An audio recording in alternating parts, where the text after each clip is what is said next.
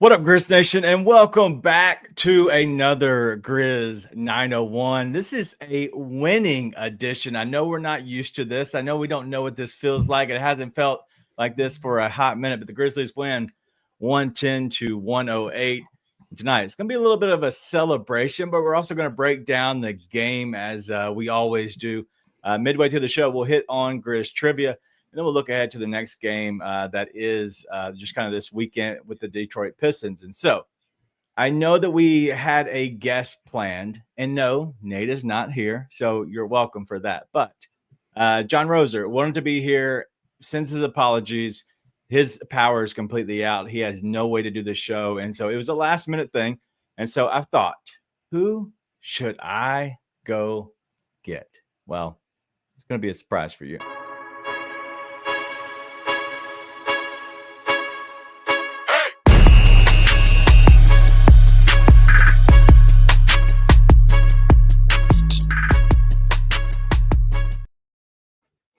Well, looky who we have here. It is Rusty, and it is one of the $2. It is your friend, my friend. You see him on the Daily Grind, you see him on the $2 Sports Show. Rusty, how are you, man? I'm good, man. It's nice to be able to talk about a Memphis Grizzlies win tonight. At some point, DG, I know we're going to end up yelling at each other and arguing a little bit. But right now, I think we can bask in the glory that is the Memphis Grizzlies win, man. I'm good. I got power here in East Memphis, and life is good. I feel you. Yeah, life is good right now. We do have power. If for some odd reason, we could be without power any minute, especially what the storms are doing. But we don't have one of the $2 doing our electricity, and so we can't guarantee we're going to stay on because we do have to deal with the MLGNW. But all in all, we're making do. But honestly, Rosa was a little pissed that he could not be here, and it is what it is. It was a point where we wanted him to be on the show, and it was one of the last games that he's probably going to be able to be on. But it was just like one of those things where, you know what, life happens. And so we pivot as they do on Friends. But what I will do, as we always do, as we start the show where the Grizzlies win over the Heat, I'm going to ask you off the top rope, Rusty, what do you think about the game? First and foremost, I love Ja Morant being engaged, man. Like, you've been preaching all year long. I'll give you that. Like, one of the biggest things, and I mean, everybody has really, one of the biggest things that the Memphis Grizzlies needed was vintage Ja Morant. And we got that tonight. Him and Tyler Hero were shot for shot, back and forth, playmaking. And who better to end the game than Ja Morant? You know, it felt like all of the angst this week and the hype, Ja this and Ja that, as he once said earlier this week on Twitter, for him to come out and have the game he had tonight, 30 points, including the game winner, incredible vintage Ja Morant game tonight. So off the top, it's all about Ja Morant and letting Ja be Ja, I guess. Yeah. Well, the thing is, if you look in the first half, I made a comment because it was a game where Ja plays the first half that he played, and what happened is he scored that 3-pointer. He did the little gun thing, emoji, whatever that is. I don't care, like whatever. I think what he's doing now is he's not doing like so much like both of them. Mm-hmm. I think he's doing like halfway here, yeah. So it's less like it seems like he's like completely into, I don't know, whatever. I think he changed. I think he adjusted a little bit. Either way, what he did in the first half is he made one 3-pointer, made that celebration. Social media blew up about it again because he's doing it. And then all of a sudden, crickets. He did nothing until that second half where he ends. A game where you called 12 and it had been a little busy. And honestly, the dial tone was bothering us a little bit because he wasn't picking up. But all in all, he ends up with a 30-piece chicken nugget. And so 11 of 22 overall on the night, went 3 of 7 from deep. And so Ja just looking like Ja completely. And then look at our guy, Wayno here dropping in a super chat. If you want to make sure you get on the show, I have tried my best to look through all the comments as we always do. But the best way to get on the show is I can guarantee, as Charles would say, guarantee that you can get on the show. Bueno says the world is not against 12. Ja Morant is against Ja Morant. Can't deny the talent, though. It is all between his ears. Rusty, your thoughts on Ja between the ears? Oh man, that's a scary place. He needs to get off social media and stay off social media first and foremost. But Wayno's absolutely right. Like to a degree, like the world, maybe not, but Adam Silver and the NBA seem to certainly have an agenda when it comes to Ja Morant, when they haven't said anything about literally every other player doing the same celebration. But Ja is the only thing that slows Ja down, right? There was a stretch where we had shoulder soreness, and then was it hamstring soreness, and then a hamstring strain where we didn't see him for several games in a row. All of a sudden, for him to come back and be playing now, all I'm saying is Wayno's right. Ja's biggest flaw is between his ears. I mean, he's super athletic. Showed you what he can do tonight when it wasn't wasn't for him in the first half. Be able to come back in the second half and then ultimately hit the game winner. Talent is obviously there. Ja's just got to get right. Yeah. So when I look at Ja, like, yes, it is between his ears, and it always has been. It's honestly the same thing for Jaren. You know, if he can learn to stay out of his own way in a sense and not play, low IQ basketball, like just the little things. It's not that he's a dumb guy. It's just not able to kind of stay out of his own way on the foul trouble. That's Jaren's issue. So Ja is, if he is motivating himself and not worrying about what other people think, worrying about what refs might think, and he goes out and just says, I'm the best player on the court, and I will show you. The dude scores 27 points in the second half. That is the difference of good job, bad job, right? We got with the angel on the shoulder in the first half. Like, it was a little boring, and the devil came out in the second half. But Wayno, thank you for that. Appreciate that. If you want to go ahead and send a super chat in, by all means, go ahead and drop down. I believe it's near the chat area. I don't know what it looks like, but yeah, go ahead and hit it. But we also have our guy Chicken Unicorn dropping 10 little plus memberships. So if you're here, make sure you can accept the memberships for sure. But let's go ahead and keep getting into the game as we always do. But you look at Jaren, we just talked about him, 13 points, 4 rebounds, an assist, 5 fouls, 5 of 11 from the court, 3 of 5 from deep. Is Jaren okay doing that kind of stat line to you? I don't think Jaren's 100%. After watching what's been going on over the last few weeks, he's pushing a little bit, pressing a bit on defense. They were talking about it tonight. You see, like late in the game, he got a foul called when he went up against Davion Mitchell, and he threw his right arm out before coming through with the block. He didn't need to throw that right arm out. But if you watch him, like, I don't know that he's moving 100%. He doesn't quite have the same quickness, laterally especially. And to me, he looks like he's playing a step slow. And tonight he went down, retwisted that ankle a little bit, and it looked like for a minute he was just standing in the corner not moving. Van Gundy was calling it out, and Brian Anderson on the call. But he was able to recover and finish the game. Yep. I think that's I'm fine with that stat line as long as we're getting more Ja Morant or more Desmond Bane, one of the big three, picking him up. But I'm not sure he's 100%. I'm not saying he's fully hurt, but I don't think he's 100% from that ankle turn a few weeks ago. So what you're saying is you're giving him an excuse. I get it. I'm just here. I'm the one listening on one side thinking, what is Rusty saying? Not an excuse. It's just an observation as a doctor of physical therapy that I'm not sure he's 100%. Yeah, well, that was a physical therapy kind of a game for Jaren for sure. He needed all the therapy. I needed therapy after watching that. Zach Edey, 8 points overall, 13 rebounds, just 3 of 3 from the field. A quick hitter on Edey, and then the rest of these guys. We'll kind of roll through them a little bit. Just your quick thoughts on Zach Edey. Getting better the more he plays. He struggled a bit tonight with some more athletic bigs, but he just continues to do things well. I wish he could have finished that lob that Ja threw him. It wasn't the best lob. It was a little high and outside, but it'd been fun to see him finish. But I think Edey is progressing a lot better over the course of the last week and a half.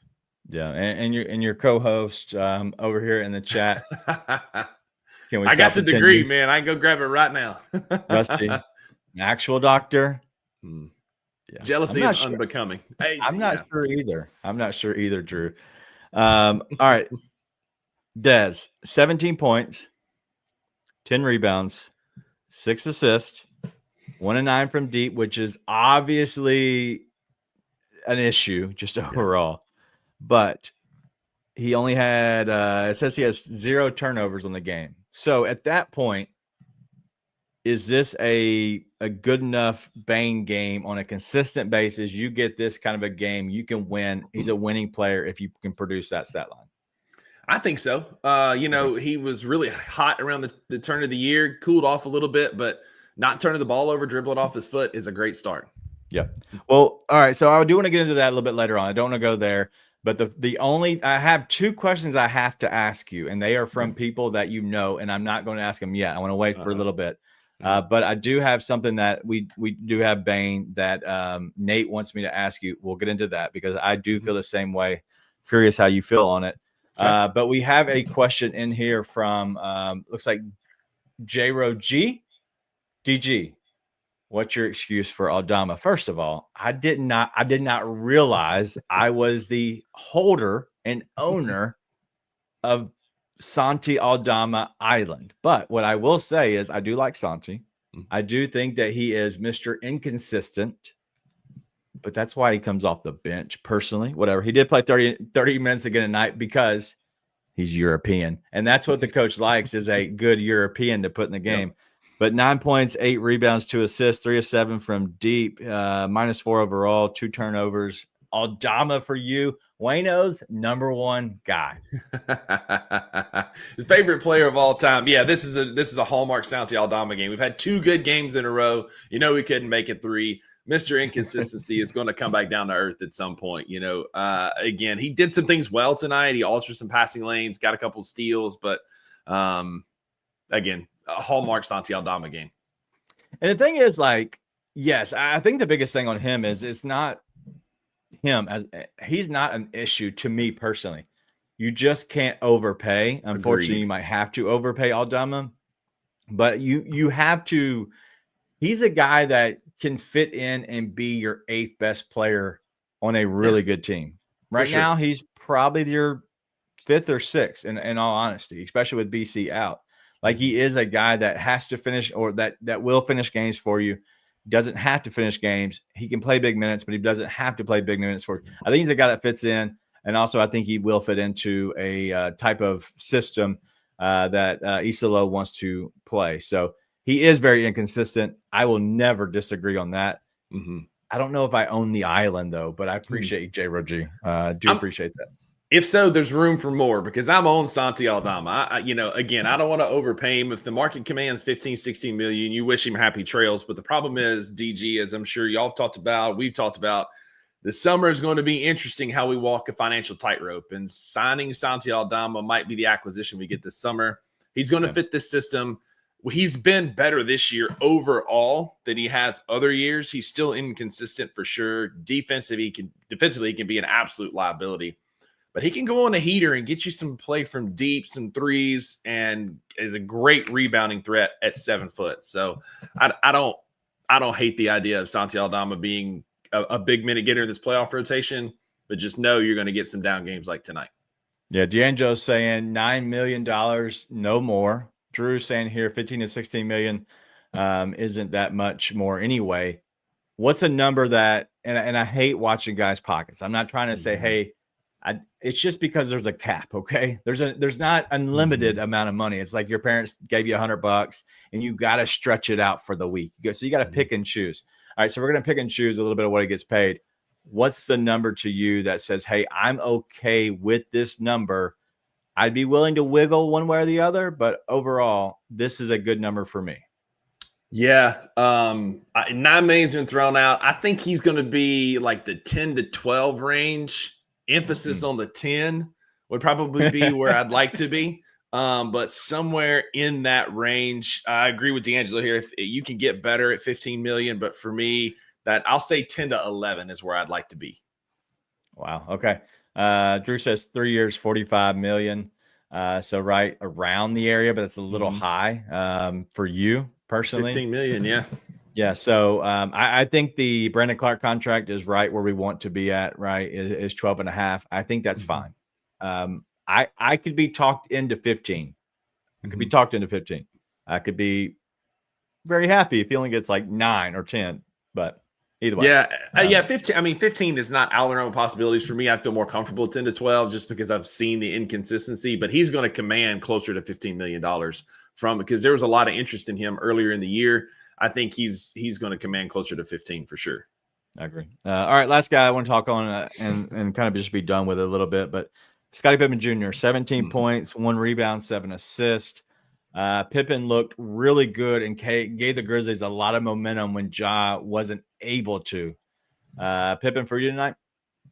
Yeah, absolutely. I'm amongst friends here. Gigi, I count you as at least a moderate acquaintance. Friends here in the comments. I can admit when I was wrong, and I was all out on Scotty Pippen Jr. signing a full deal. Let's see what we got. Let's let it ride. We can sign him later in the year. By the way, we would have already signed him at this point. Right. But all he's done is just hoop. There was a stretch where I was dead, right, over the course of the early January where he was almost unplayable. And all he's done is completely do a 180. And Scotty Pippen Jr., I trust in our playoff rotation. Big minutes beside Ja, and when Ja's out, that three-point shot is working for him right now. I hate him and Ja have the same issue where they run to the rim and jump without a plan. Then they try and figure it out. And too many turnovers under the basket from him. But, 17-7 from your backup point guard is all you can ask for sure.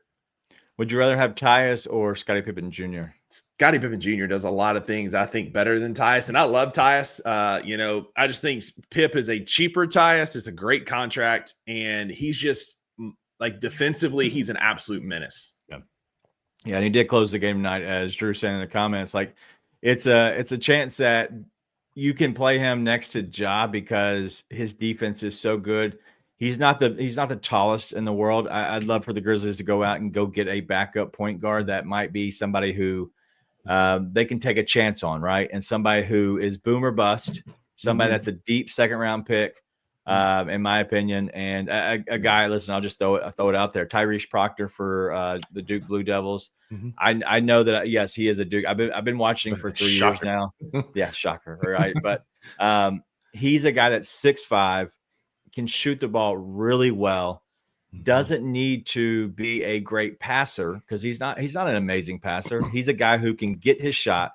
He's a good facilitator. He's a guy that can continue the pass, the movement of the offense, but he's a guy that can defend really well. And so a guy who can defend really well at 6'5", a guy who can shoot it really well, but also a guy who can handle the ball a lot. I really think that they should take a look at a guy like that. If it's not Proctor, that's fine. But a guy like that who has a chance to really boom if he really hits and he gets into his man body and kind of grows up and matures in his game. I really think that we can figure things out. And maybe cheap guy, he comes up and in 2 or 3 years he really can be a guy that's your backup for the future, a guy that can play alongside Ja if needed. But we're gonna get into a couple more questions because I haven't fought with you yet. We're 20 minutes into the show. We're gonna definitely get there. This is the part where I kind of re-tee up the show and let everybody know we're Grizz 901. I am Daniel, and that is Rusty. Normally Nate's here. He is off tonight, but he sent in a good backup. And unfortunately, we were supposed to have John Roser. He wasn't able to come here tonight due to the power being out due to the storms in the area. But do us a favor. Hit the like button if you're watching right now, wherever you are, whether it's a like button here on YouTube or the like button over on Twitter. But Rusty, I got to ask you. Ja hit the game winner tonight. We called 12. Finally, the Grizzlies got a win. Isolo wasn't aware that it was a American number. He'd been putting the 2 and the 1 in front of the numbers, and it was the phone wasn't working, right? Sure. Now it worked. But I have a question. He hit a nice jumper to end the game, a jumper, a midi, as they say, and the kids might say that the midi. Who did he hit it over? Because I was watching the game and I cannot remember, so I was curious. Yeah, Drew and I want to know who he hit it over. Yeah, I will take a victory lap here. That I was exactly right about this guy when y'all gave me hell this summer about him. But Kel'el Ware from Miami, yes, Ja hit the game winner over him, but he was awesome for most parts of this game tonight. I will say that. All right, so I will say I was big on Khalil Ware too. That's who I wanted. And so the fact that we're on the same side is not good. This is not a good start. Well, trust me, we've got plenty we've got to fight about, but Khalil Ware was a guy that I wrote a draft piece about, like why we need to draft this guy. He's a 3-point threat, super athletic, questionable defensive motor at times, but just a freak athlete. And he showed that tonight. 13 points, 15 boards, 2 of 4 from 3. He's so good. And but John Morant hit the game winner over him. And that's all that matters. As Ja said in the post game, there was a pigeon guarding me, and Khalil Ware took a stray from John Morant. God, I love when it's Petty Ja, sign me up. Like I don't know what we have to do to piss him off, but I'm down to do it. I'll take one for the team. Done it before on accident, but I will do it knowingly what I'm getting myself into. But tonight we saw Bane, and this is from Nate wants to know because he's curious, and we've talked about this many times. But like I can see it two different ways, and that's why I want to kind of tee you up and ask you a little bit of why we continue to do this. So a few minutes to go in the game, I believe it was like the 3-minute mark. Somehow Ja got off ball from the very beginning. They threw it in right to Bane, and this consistently happens, and it happens more throughout the entire game, but also honestly the very, very end of the game where we really needed him. Ja goes off ball, never comes back to get the ball at any point. Bane runs a screen, gets the switch, and then goes straight in front of the rim and literally gets rejected. Why are we consistently doing this, and why are we doing it in the games? That's a great question. Of the big three, like there's a wide gap between Ja and Jaren and my trust for Desmond taking the final shot. Des can get to the rim, but his little stubby arms are too like muscle bound. He can't quite finish it. It's like he kind of alligator arms at the front of the rim. And oftentimes it just hits and clinks off. And so, I mean, yeah, D'Angelo and I are on the same page. Like, I don't mean any hate by that, but he's too stubby. And I don't understand why he is the guy that we call on. When you've got John Morant, who's on a heater in the second half, you've got Jaren Jackson Jr., who is often the best player on the floor.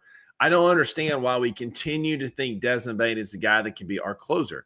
He dribbles it off his foot far too often. He's a great spot-up shooter. You know, he's a kick option. But 99 times out of 100, I am trusting Ja or Jaren that late in the game with the game on the line. Because I believe we were down 1 at that point, or we were tied. It was close. Way too close for comfort for me to trust Desmond Bane carrying the ball to the rim. Yeah. I don't understand why we keep doing that. I get, listen, I'll give the understanding that going off ball with Ja throughout the game is okay. Like bring him actually back on a down screen, give it a different look. He has the ball. He's catching the ball moving now, which is a whole nother deal. Like from 0 to 100 is a different Ja. Catching the ball already going 25 to where he can get going down the lane faster and create a little bit more chaos is what should happen. So I'm okay going off ball and letting him come back to the ball. It doesn't need to happen, but I don't understand why we never go to him. Yeah. If there's 10 minutes to go in the game, I'm okay. I don't care. Anything under 4 minutes to go, it has to go to Ja every single time. I don't care how tired he is. If he's tired, call a timeout. At this point, it's just stupid, but agreed. I agree because he's that guy that you trust down the stretch more than any of them. He needs to facilitate and or take every single shot that we take late. And to your point, when he's already going downhill, Ja is so athletic that as he gains speed, he gets lower to the ground, and he's so good at being able to get under guys to get around him or to get him hooked and get a foul call on occasion when he does get them. So I agree. Get Ja going downhill, find him at quarter speed, and watch for the highlight to follow. All right. So let's get through a couple things. We've now seen 4 games out of Chuma Cicelo. Have you been impressed with him so far? There's been a few things that I have liked, but impressed, no. Wow. Not enough to call him my coach for next year. I like a couple things that I like, right? I'll come off the bat. I like the other night against the Lakers, he takes Jaren out. They hit 3 buckets in a row. We make a couple misses. They're starting to like a little mini run, and he immediately puts Jaren back in. Foul trouble and all. It didn't matter. Taylor Jenkins would never, because it wasn't on his analytics sheet. / Waffle House menu. Would never. I like that. I like that we've changed. Now, they're playing the same amount of minutes. I'm aware of that. But they're playing different minutes with the big three. No more are we taking John Jaren out and from what I've seen and leaving them out until there's a late run. We're down 12 with 4 minutes to go. And then we decide to put Ja back in. It feels like what we're playing our players are better minutes. We've also, DG, I'm going to take my apology because we did not play 11 players in the first quarter tonight. And we only ended up playing 8. And a friend of mine texted me and said, yeah, we played 8 tonight, but my father-in-law said 7 because Luke only took 2 shots. So 7, 8 guys. I'm impressed by that. But overall, the results are kind of meh. Like, again, their losses were playing better, but I still don't know that he's going to be the adult in the room. Yeah, and that's where I stand. Okay, so I'm okay, one being wrong. I do apologize because I was wrong. And he did only go with 8 again. I was shocked because I thought big dumb idiot's going to come out here and put up 11 players again just because it's not the big names, right? We're going into Miami, not a big deal. I thought he would come out with more guys just overall. It is the end of the year, and so I don't want to say like, hey, he gets a pass. I still think if you go throughout the middle of the season, he's going to play 10 and 11. So let's punt this to next year. I think that I'll give him a pass. I get it. I still think that he is going to play a lot of people during the regular season, just random games, and it will cause a lot of issues, just like I've hated it all season when my guy, I'm the Jenkins Taylor Truth or whatever I'm called. I've hated it. Yeah, I've hated it.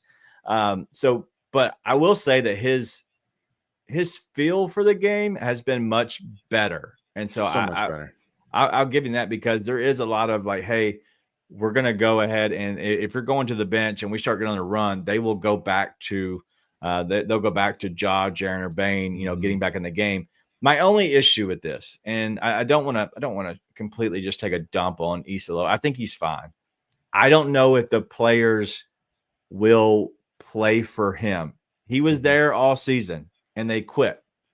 What makes him moving down 2 seats make the players respect him? That's where I stand. Is I don't know if he can be the adult in the room. I don't know if he has the gravitas to go out and get some head assistants that will take this team to the next level. I don't know if that could happen. I think X's and O's, he might be okay. I just don't know if they can go and get enough coaches or whatever to be able to lend the ear of the players to Isolo. I know we're not arguing as much as you would have hoped because I agree with a lot of that, except for I know the ink on your Taylor Jenkins tattoo is not quite dried yet, but like my guy is already leaps and bounds better than Taylor Jenkins from a decision in-game management standpoint. And he's coached 3-4 games. Where I do kind of agree is that like he's also a great X's and O's guy. Like Isolo's great X's and O's guy. But we had a decent X's and O's guy. From a defensive standpoint, Taylor Jenkins was a pretty good X's and O's guy. I'll give you that as well. But we've had that. Like, I need somebody that's going to be able to get in Ja's face and say, I know you're tired. I know you don't want to play. Whatever. Get your butt out there. Tell, Santi Aldama, like Desmond Bane said, go fucking guard somebody. Like, I need a guy that's going to, like, snatch it. I don't need a Lionel Hollins or, like, that high school coach that was snatching girls by their ponytails. But I need somebody that's going to be tough and be accountable and hold these guys accountable. I don't know that that's Isolo. It certainly wasn't Taylor Jenkins. I'm just not sold on him being the next guy that's going to, like, the coach that gets us over the hump. Because we've had a developmental coach, and he hit his ceiling pretty hard probably a year or two ago. And we just kept him around, gave him a pass last year because of injuries, and then it got exposed when we were more healthy this year. Yeah. We don't need another guy that needs to develop. We need a guy that can go win and win now. Yeah.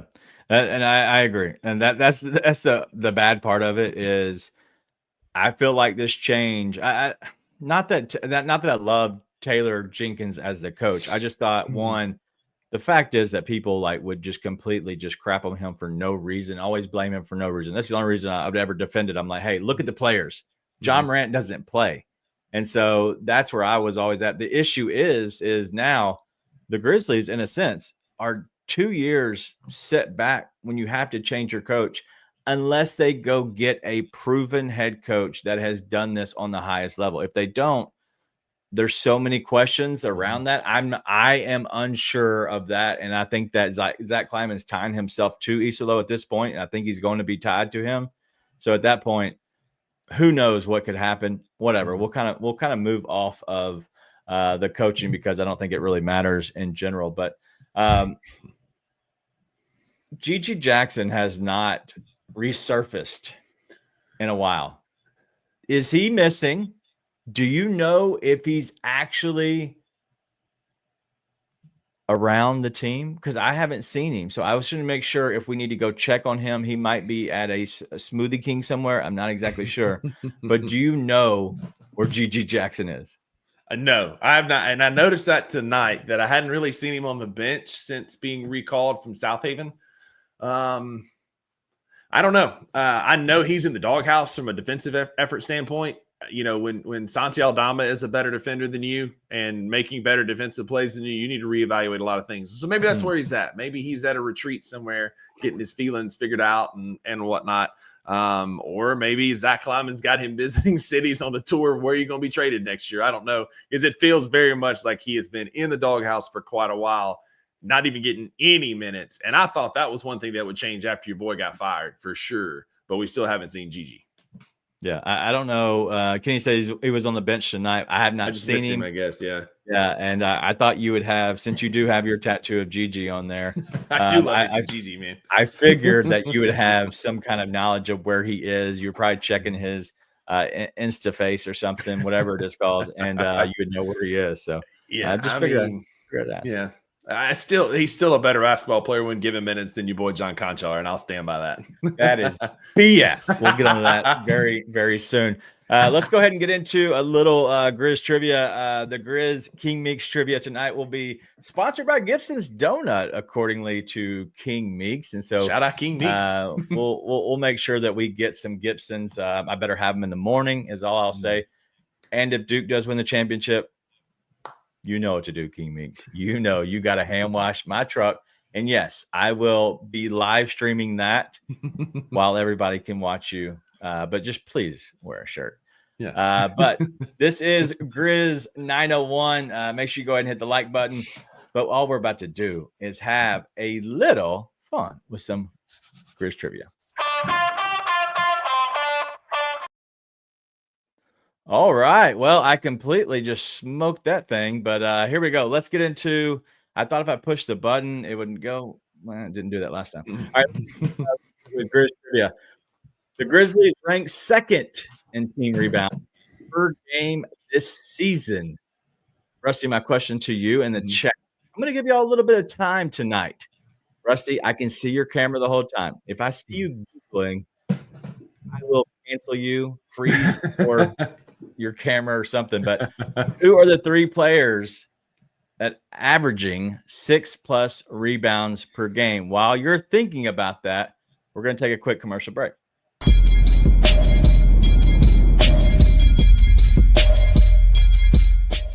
For you to fire Tay Jinx at 9-game stuff, I think that was to see what you got in 2 months. The only problem with that is I don't know if you really could judge these last 9 games in the playoffs, because it's like that's not enough time. And you really gave him his first head coaching job in the thick of the season. I feel like he should be the prohibitive favorite to be the coach of next year.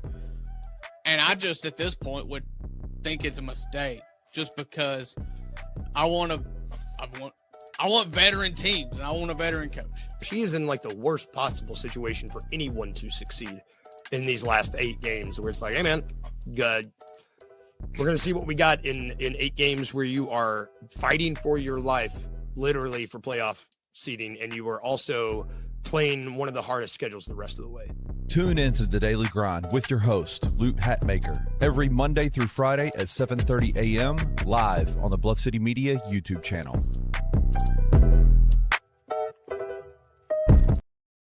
All right, Rusty, you're put on the spot now. We gave you a little bit of time. We're trying to do a commercial in between, one, to get the chat a chance, because Nate's been really hot with these, and so he likes to answer quick. But who are the 3 players averaging 6+ rebounds per game? So my first one, the obvious one of your favorite players, you're one of your coach's least favorite players, the way he played him, would be one Zach Edey. The guy's basically a walking double-digit rebound when he actually gets minutes. Okay, you got one right. Your Game Boy sound definitely hit right there. Zach Edey is correct. Santi Aldama. Santi Aldama is another guy that's a walking rebound when you need him. I heard nothing. Did you hear it? Oh, no. There it is. There it is. All right, I heard nothing that time. I was nervous. Like, I know that's right. I got to be. Come on. All right. You have Edey and Santi. My last one, my boy, he's been rebounded at a higher tick this year. He's coming off a 15-game rebound. I'm going to say Jaren Jackson Jr. has hit the six plus rebound mark.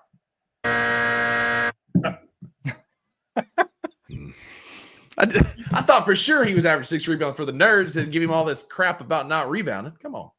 So Jaren does not have 6 rebounds per game. If I look at the numbers real quick, Jaren is 4th. He has 5.7. So you weren't far off. I wasn't far off. It's got to be my boy Desmond Bane. I'm going to go Desmond Bane because he feels like he's at the right place at the right time, benefiting a lot of tap outs. Desmond Bane. All right, Desmond Bane. Oh, my God. I forgot to add you on that time again. All right, so you got that correct. So Desmond Bane, 6 rebounds a game. Santi Aldama, 6.6. And Zach Edey, 7.7. So shout out to you. You did get one wrong. Let's just keep it crystal clear. We'll be clear. Lauren did get it right. I saw her first come in here. So, yes, that was the first person I did see to get it right. So, Lauren. Oh, Lauren with helping out old T-Rex arm. Oh, T-Rex. I just saw that, man. That's incredible. Drew wants the buzzer sound. I'll have to make sure I getting that for sure. We won't have a show because it'll just be the buzzer sound. All right, so that's the show, or that's the Grizz Trivia for the night. And so D'Angelo's fighting. D'Angelo said it's him that was in first, but I don't know. We're going to go to the judge. The judge says Lauren. Yeah, sorry, D'Angelo. All right, let's get into a little bit of what's coming up next. And so I know a lot of people have been high on the Grizzlies, even though they lost the first 3 games. So I want to kind of go down the rabbit hole with you at this point, because the Grizzlies now have 5 games remaining, which the fact that they've had now 2 games over the last stretch on TNT, and we have another game coming up on TNT as well, which is that Timberwolves game, to which the Timberwolves did beat the Brooklyn Nets tonight. I don't know if you saw this. Anthony Edwards got hurt. He did come back in the game. I think he looked, I guess I assume he's okay at that point, unless he has another slip up with he shoots past the goalie again, if you know what I mean. Hey-yo. But Saturday against the Pistons, what are your thoughts? That team is rolling. That's a good basketball team. Cade Cunningham is on the cusp of superstardom if he can stay healthy. I heard on the Ringer yesterday that Malik Beasley is having the 9th best 3-point shooting season of all time with 290 makes on the season. And Verno says he could reach top 7 with a strong finish based on his average of the next 2 weeks, which would put him in like Steph Curry territory, which is wild. Wow. But that team is super athletic. They've got another great developmental coach with Grizzly ties in JB Biggerstaff, who kind of takes teams up to the cusp before handing them off to a Kenny Atkinson to take them to the next step. But that's going to be a tough game in Detroit Saturday night. I'm not so sure I'm ready to chalk that up as a win. All right, so if you look at that and it is a loss, you're going to grab your win against the Hornets, I would assume. Okay?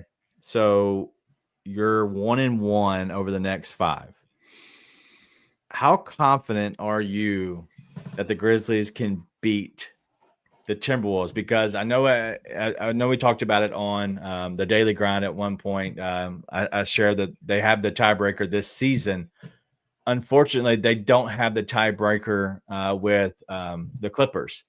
And so how it works is if there's more than one team that's tied for the same thing, then it goes to whatever the next tiebreaker is, and the Grizzlies lose that one automatically. Okay, so whatever, I think it's record against conference play or whatever it is, whatever that tiebreaker is between 3 or more teams, they lose that. And that's why we saw them drop down to 8. I believe it's your division. It's against your division, I think is what it is. Okay. Then yes. So if whatever that next tiebreaker is, the Grizzlies obviously lose because they were just tied with the Clippers and the T-Wolves. And so at that point, you would slide down again, losing that because you lose a full game. But also the fact is you're setting yourself up for disaster at that point.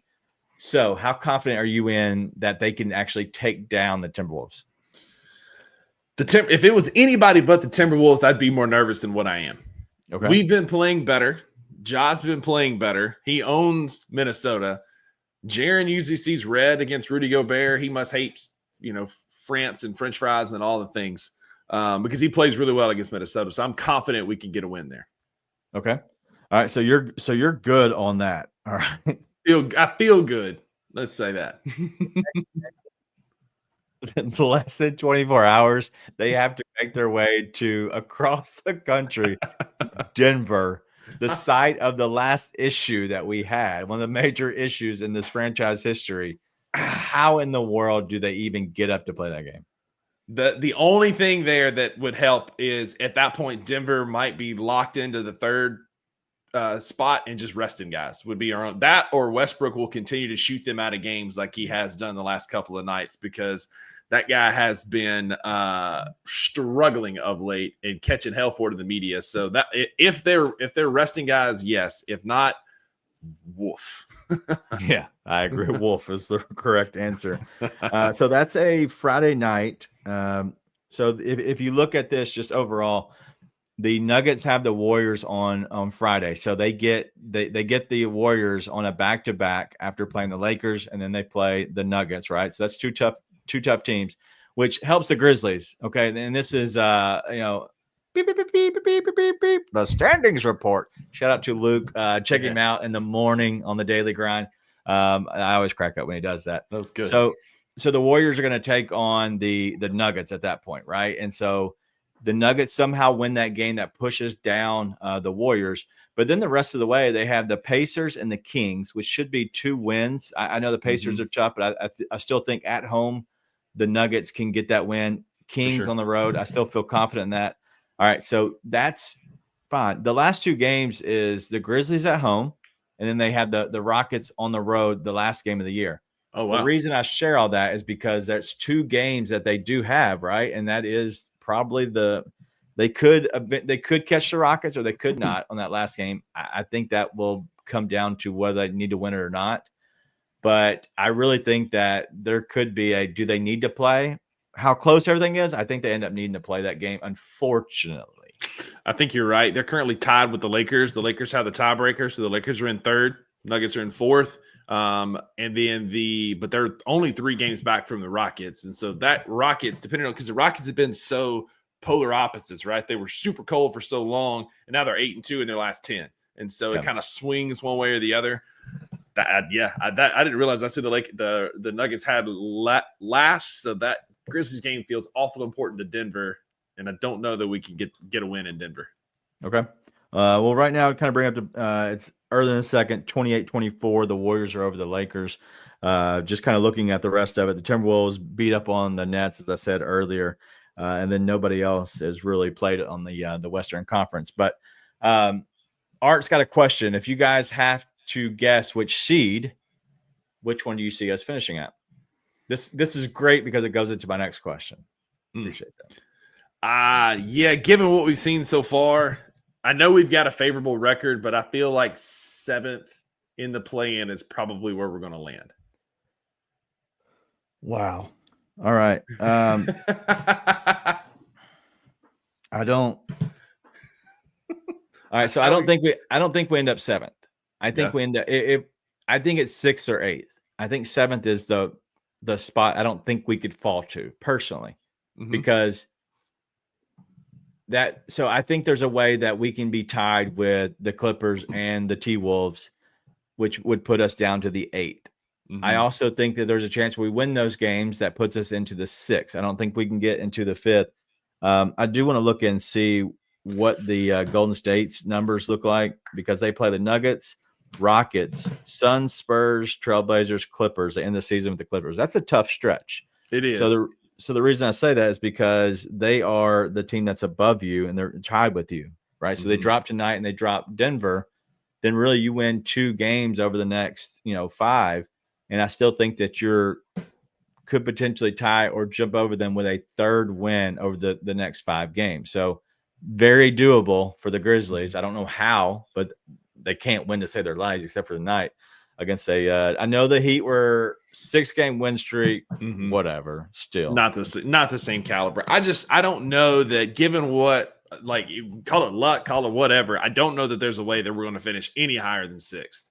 No. And 6 to me feels like a stretch. I feel like this is a play-in team that's going to be in the play-in some capacity, hopefully avoiding the Clippers, though that's exactly who you would play if you're the 7th seed, it feels like, because of the way the season shook out with Minnesota and the Clippers. That's one of the teams that makes a short list of teams I want no part of in the playoffs. All right. Well, on that same vein, the Grizzlies end up in 7th or 8th, and they lose the first game, Rusty. So we're now playing against the winner of the 9-10. Rusty, would you rather lose that game and puts us into the 14th spot of the NBA draft and you actually get your pick back? Or, Rusty, would you rather go ahead and win that game and take on those Oklahoma City Thunder? DG, what round is that pick in again? Can you remind me? First round. Man, F that pick. I want to let's go win, bro. I ain't about tanking. I ain't about none of that business. Go get a friggin' win. And you never know, right? SGA, I don't know, turns an ankle and doesn't play. Miracles happen, right? There's underdog stories for a reason. Give me more basketball. I hate losing worse than anything in this world. We don't need another first round pick. F that pick. Give me more basketball. There is nothing in my life that I want to do is win the 8th place game and go take on the Oklahoma City Thunder. Screw the pick. I'm sorry. Screw the playoffs at that point. Put me out of my misery. Send me on my way and give me the pick. That's what I would rather have. I don't care about playing into the playoffs just to go potentially play the Thunder. Like at that point, I give whatever, put me out of my misery. Just give me my pick, because at that point, maybe we might trade it and say, hey, we're going to go all in. We're going to give you our first round pick. We're going to give you Santi Aldama. We might even give you John Conchar, who, listen, that puts it over the top, in all honesty. Like, you're talking about a guy that's a proven winner in this league. And so I would say go ahead and bon voyage their player and pick. You can have it. Give us a vet. But I think that'd be the smartest thing. If it was me, I'm not saying I would try to lose, but I would just hope down deep that they would lose, because I don't want to I want to be done with it. You ain't going to try and lose, but you sure ain't going to try and win either. That's what I'm hearing. And DG, I ain't nothing but a winner, man. And I ain't trying to lose no basketball games that we're a part of. And you know what? What's the 14th pick? Santi and John Concha are going to net you, right? Like Kevin Love. I think that's what you're going to get. Oh, come on. I just don't see we don't need any more youth. I don't know that pick's going to translate into the vet that we could truly need, because I don't want another Jeff Green or somebody that comes in here, right? Like, if we're going to get something, let's step up. Let's upgrade. And I don't know the 14th pick does that for me, so why not go shock the world? I don't know if you remember this or not. I don't know if you're quite as old as I am. I think you might be. But we once were the 8th seed and upset the number 1 seed, San Antonio Spurs, who were world beaters in their own right. Why can't history repeat itself? Well, we have Charmin soft players on this team, unfortunately, Rusty. And so that might be the issue. There is no Zebo knocking on that door. And 50 for the city is not going to come home that day. So that's my issue with that. Let's go down one more question, because I have I'm just curious what your thoughts are. Is Edey long for this team, in your opinion? Absolutely. I think Edie is going to be on this basketball team, especially if Isalo is your coach. He is going to be a center, pun intended, of this offense next year through his ability to set picks and move and be an offensive player. I am pro Zach Edey. This is year 7 of him playing organized basketball. Who cares? And there's still flashes and flares of some really good basketball that's in there. I think, I don't know if you're just jealous because he and I are so tall or what it is, but you don't agree with me and you don't like Zach Edey, and that makes you 0 for 2, in my opinion. So I have a question then, because I don't understand the offensive game style that he has brought to this team. Like, I know everybody loves Zach Edey because he's the guy who's the biggest guy on the court. And he's honestly, you can actually see him on your TV because everybody's been watching on their 30-inch TVs. And I get it, but I have a 70-inch and I can see all the players. And so he's not the only one that I watch. Mm-hmm. But what I'm curious about is the guy can't set a screen to save his life. And that's the issue, is he is not a good screener. And what does he want to do? He wants to go headhunt. What he does is headhunts and gets fouls. Like he doesn't do, he isn't a good winning basketball player, in my opinion. And you can't have that. And he's not put in position. And even though Isalo is the Mr. Pick and Roll guy, he doesn't even run pick and rolls on this entire game. Like there's no schemes for pick and roll. I don't get it.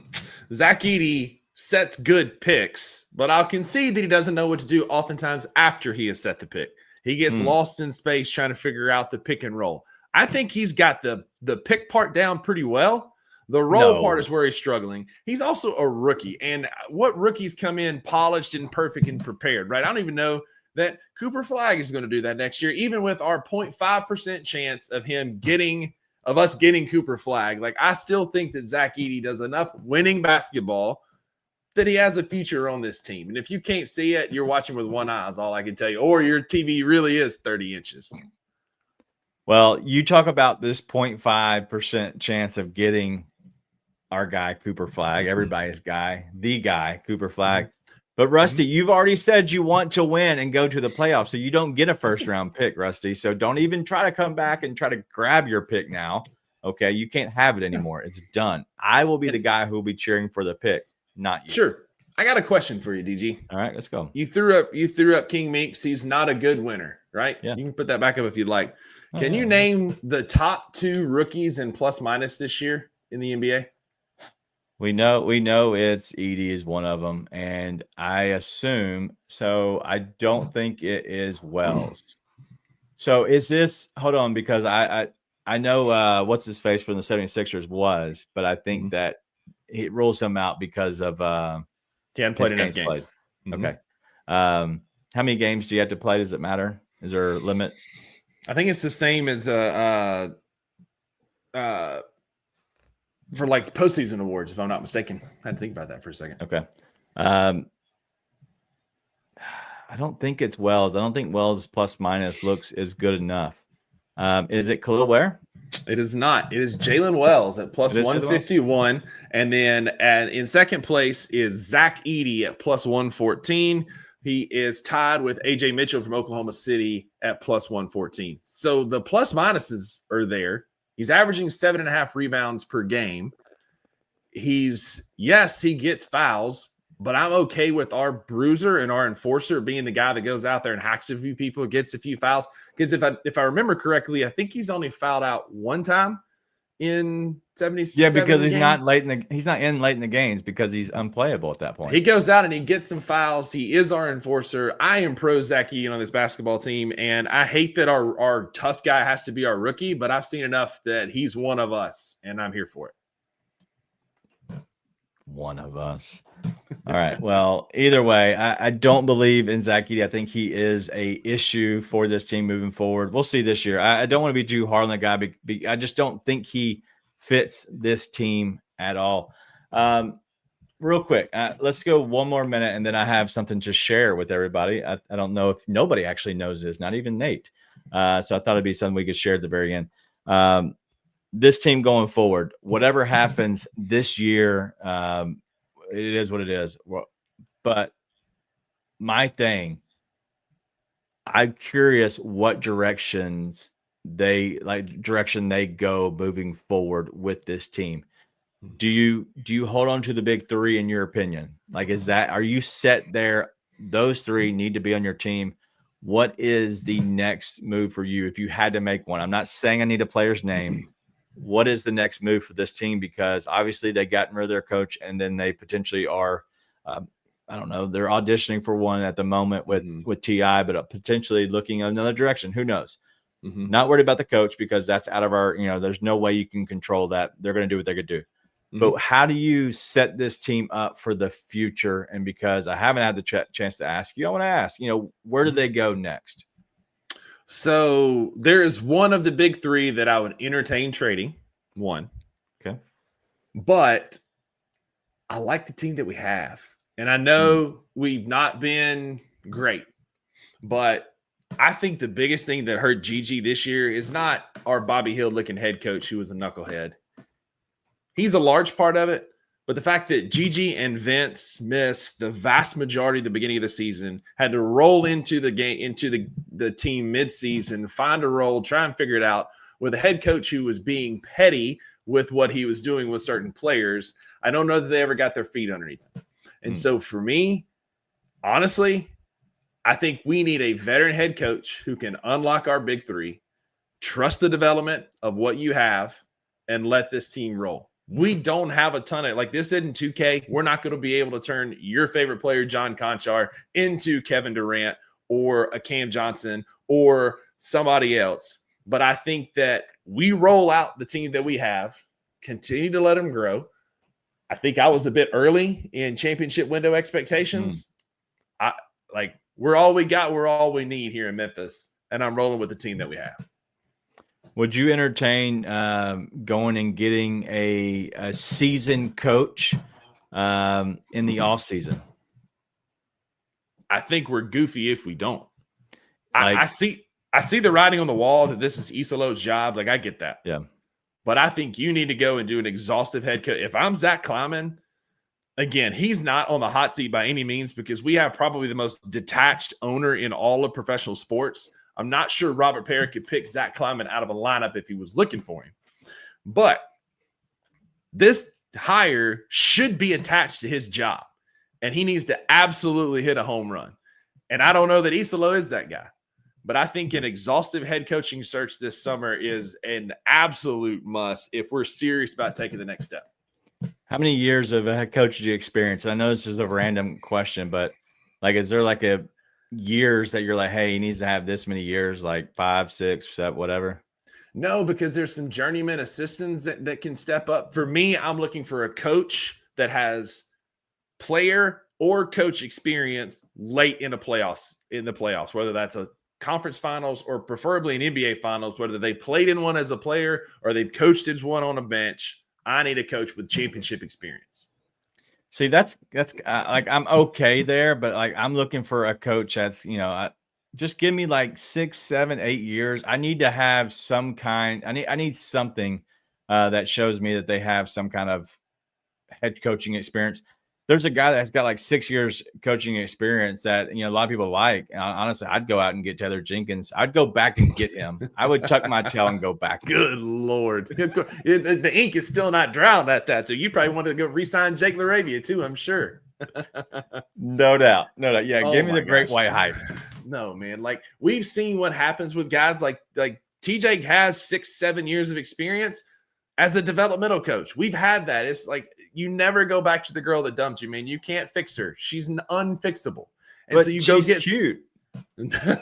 She's got less hair than I do. Give me somebody with some legit experience at winning basketball, playoff winning basketball and getting us over the hump, man. Mike Brown is a great option that I would interview. Frank Vogel is a guy that I would also call. Talking about a journeyman assistant, Sam Cassell has been up for a lot of head coaching jobs. He didn't get it, but he's getting, and that may be a yellow flag, but I'd at least talk to him. Yeah. there are guys out there. I don't think we need to settle for the interim, as my my esteemed colleague on the Two Buck Sports Show will tell you. That does not work out in college football, and I don't know that it's going to work out in the NBA. Well, you never know what's going to happen, but Art is over in Brazil right now, hating that we need to stop thinking that basketball and it's an American sport. I get it completely. But listen, I'm not worried about nationality. I'm worried about championship. If Dirk Nowitzki wants to come try his hand, like I'd interview him. Yeah, and honestly, and no coach does guarantee just a championship. I agree. King Meeks thinks I want Mike D'Antoni. Listen, it could be the fastest. Oh my God, was it fastest offense? Whatever that was back in the day. That was wild. You combine that with Isolo's system or whoever system it was, it's going to be dirty. Our guys will die, no doubt. Our guys can play 16 minutes a night. If you try and play, like Josh Hart couldn't even keep up with that.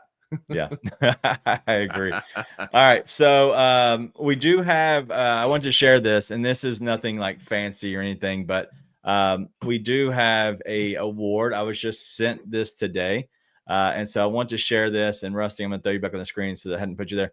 But FeedSpot sent me an email, and it said the top Memphis Grizzlies podcast, and it gave me a nice little badge and everything. I really don't even know what FeedSpot is, to be very honest, but shout out to the people at FeedSpot.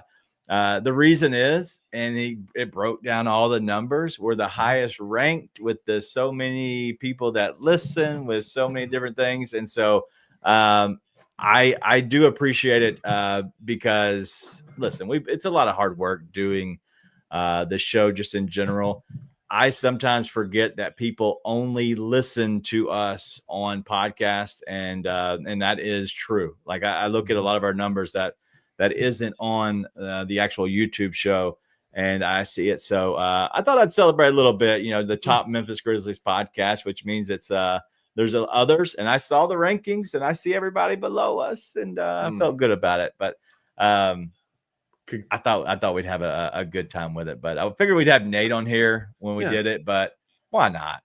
But yeah, congratulations, Nate. Oh, congratulations, Nate. Yeah. I'll tip my hat. This looks an awful lot like your handwriting in your burner account. So congratulations it's like the episode of The Office where Jim gets the employee of the month with the cake that says it could only be you. But no, for real, congratulations, sir. Y'all do a great bang up job here in post games and ruling the villagers that are here in the comments, and you and Nate do a great job. I'll say it's probably 70-30 Nate, but y'all do a good job around here. No doubt. Yeah, somehow I was called a curmudgeon on the coaching company show I was on this morning, which I'm hosting tomorrow. Check it out, 9 a.m. Central. I'll be hosting the show tomorrow. I have no clue how it's going to go, but it will be off the rails. That's how I always try to get the shows as much as possible. But listen, I know you're doing the Daily Grind, and I know you're doing the Two Buck Sports Show Tuesday, Thursday, noon. I know you went live today with Kenny. Tomorrow, who is on the show in the morning? That's a great question. Luke reached out, but I've got to go in. I've got a clinician that's out, so I have to go, unfortunately, do my day job in the morning. It's a bummer. There was talk about a Saturday Daily Grind, so y'all stay tuned. We'll see. There was one last Saturday. We had to break the news with Taylor Jenkins, and I was bleary-eyed from a red eye in, so you never know what you're going to get on the Daily Grind. Yeah. Daily Grind. Sometimes I saw there wasn't one this morning, which, listen, I know jobs happen, things happen, and so you have to make adjustments. Very much is what we do as well, but it is what it is. But yeah, just make sure you go check out those shows. I am very disappointed with us tonight. Normally, we disagree a lot. I could not find things to really disagree on. Zach Edey was it. I know, and I'll own that. I came in tonight, I was like, I guess maybe that's me being a little bit nice, or maybe you're coming around to my point of view, and for that, I will also congratulate you. I have nothing to complain about. Like, they won, and there is no hot takes. Like, John Morant played good basketball. Like, that's really all you have to have. When John Morant plays good basketball, the team is good. Imagine that. But and whatever. When Taylor Jenkins is not coach of said team, the team is good. God. All right. We don't have enough time to get back into that. But that's all we have. Thanks again to Rusty for coming on the show and hanging out with us. This is your first time on the post-game show, so hopefully you enjoyed it. But the Grizzlies do win 110-108, and they've moved up in the standings now to 6th. And so depending on what happens with the game that happens tonight, they could move up into that 5th spot if for some reason the Warriors do lose. But we'll kind of make sure we're on all of that Tuesday night when the Grizzlies take on the Charlotte. They want to be the Bobcats, and they're the Hornets. Like they're disgusting. Of all the teams that suck, they suck the most right now. But we'll still be here, hopefully celebrating 3 games in a row wins. But we'll see. But Nate will definitely be back then. And then we'll kind of have the last 2 games and before we have that Sunday show. So we'll be here. So make sure you tune in. But we'll see you all next time. Be nice and tell your friends.